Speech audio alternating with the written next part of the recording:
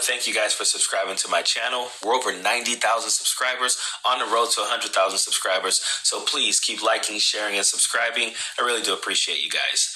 So listen, I promise you guys, one thing you're always going to get from my channel is honesty. You're going to always get me unrelentlessly, unapologetically calling out bullshit. So when I come across one of these bootlicking ass sellouts, these Blexit types, these wannabe carbon copies of Candace Owens, I am always going to call it out because it pisses me off so much. These people only exist because they put a black face on Republican right-wing racism. They regurgitate their talking points because they want to be elevated to the highest level of black sellouts in the Republican Party. This stuff pisses me off so much, and I want to break it down for you and go through these talking points and point out just how much these people are regurgitating right-wing bullshit just so they can get a pat on the back of the head and a "you're a good boy" from racist Republicans. The Cowboys. That's what's happening right now. I am tired of the white tears who right now have a racist that is sitting in the White House. He is backed up by other white supremacists. I want y'all to imagine for a second if a white congressman or woman got on TV and started talking about black tears the way she's talking about white tears. Imagine for a second. We don't even have to imagine. I can go back a couple of weeks and I can see a white president and a white vice president blaming black people for an airplane crash when black people had nothing to do with it. I can see a white president and a white vice president wishing they could find one black person who worked on either one of those planes so that they could say, aha, look, we told you so. It's because of a black DEI hire. I can find a white president and a white vice president completely silent once they found out black people had nothing to do with that airplane crash. We don't have to imagine.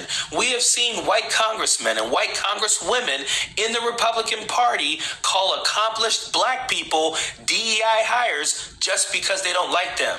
I can go back a couple of months to find white people in Donald Trump's circle pontificating over being afraid to get on an airplane if there's a black pilot because black pilots aren't as competent as white pilots. I can go back a couple of months to see white congressmen and white congresswomen calling a black mayor a DEI hire even though he was voted in by over 75% of the population in his city. Can you imagine? The fuck are you talking about, sellout? We don't have to imagine. The racism is right in front of your face, coming from people you profess your love for every single day. It's totally disgusting. See, if Democrats couldn't race hustle and constantly divide Americans by race, they would be out of a job. They have to keep us fighting in order to stay in positions of power. Because if we realized how similar we are and how much we have in common, there wouldn't be as much of us fighting amongst each other. And this is exactly what I mean by regurgitating their racist talking points. Calling Democrats race hustlers is one of the oldest tricks in the book. Calling out racism is not being a race hustler, it's being an anti-racist, which this dude would be if it wasn't for him trying his hardest to reach Candace Owens' level of bootlicking. And let me be clear here. We are not that similar. Some of us believe in diversity, equity, inclusion, equality, and anti-racism. Others, like you, believe in exclusion, hate, bigotry, and buck dancing. I'm so tired of people saying that if we all realize how similar we are, we would blah, blah, blah. If we were similar, there would be no racism. There would be no hate. There would be no white president and white vice president, white congresswoman and white congressman calling accomplished black people DEI hires in place of calling them the N-word, because that is more digestible than just saying the N-word. We know it, you know it, but you're afraid to say it because, again, it doesn't get you to your ultimate goal, which is chief ass kisser for your Lord and Savior Donald Trump. But go on. Prove me right. And we would start to look at the actual problems, which is their policies. See, it's not Trump who's been in power in the inner city for decades. It's Democrats. It's not Trump who's allowed crime and poverty to run rampant in the inner city. It's Democrats. Oh my God, Republican and conservative policies, particularly those focused on deregulation, industrial downsizing, and reducing social welfare programs, have contributed to the economic decline in inner cities. These policies have led to job losses, inadequate access to education, and limited economic opportunities, creating a cycle of poverty. As a result, many inner-city neighborhoods face high levels of crime, a consequence of systemic neglect and a lack of resources that could offer a pathway out of poverty. Again, these are things he knows, but he pretends he doesn't because he has decided selling out is more profitable than being honest. See, it's not Trump who put Planned Parenthood in our communities, leading to the termination of millions of babies that look like me. And there it is, the old Planned Parenthood bait and switch. You see, bringing up Planned Parenthood in the black community is often used as a diversionary tactic to deflect from the real issues facing the black community, which are rooted in Republican policies. They love bringing up abortion and framing it as murder because this gets the low IQ fake Christians excited. He knows abortion is a medical procedure and it is not used as birth control, but again, this is a distraction that they think is brilliant, but it isn't. It's the Democrats. See, it's not Trump that destroyed the nuclear family within our communities. That'd be the Democrats. You know, myself, my aunts, uncles, cousins, siblings who are all raising our families in a safe, loving environment are getting pretty damn tired of these bootlicking sellouts speaking on shit they know nothing about.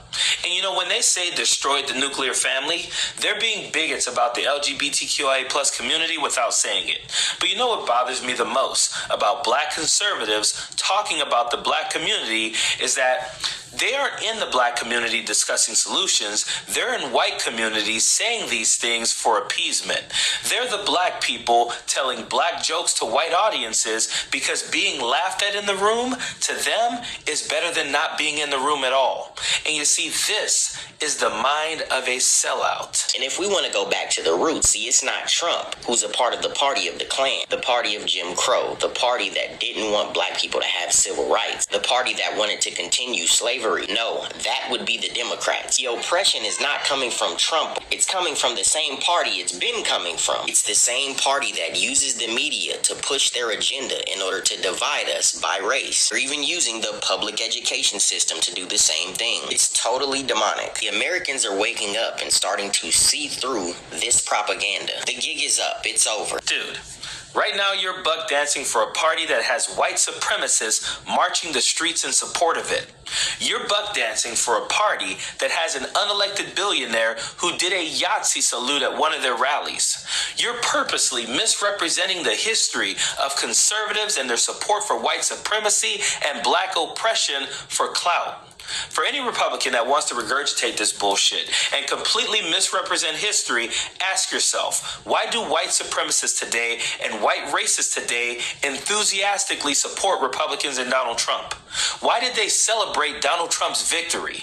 Black man, ask yourself, if this party cared about you, why do the people who hate you celebrate their victories? This is asinine and embarrassing, and I know it means nothing to you because your family hates you. People who look like you hate you. I'm sure you don't care that another one of us hates you as well.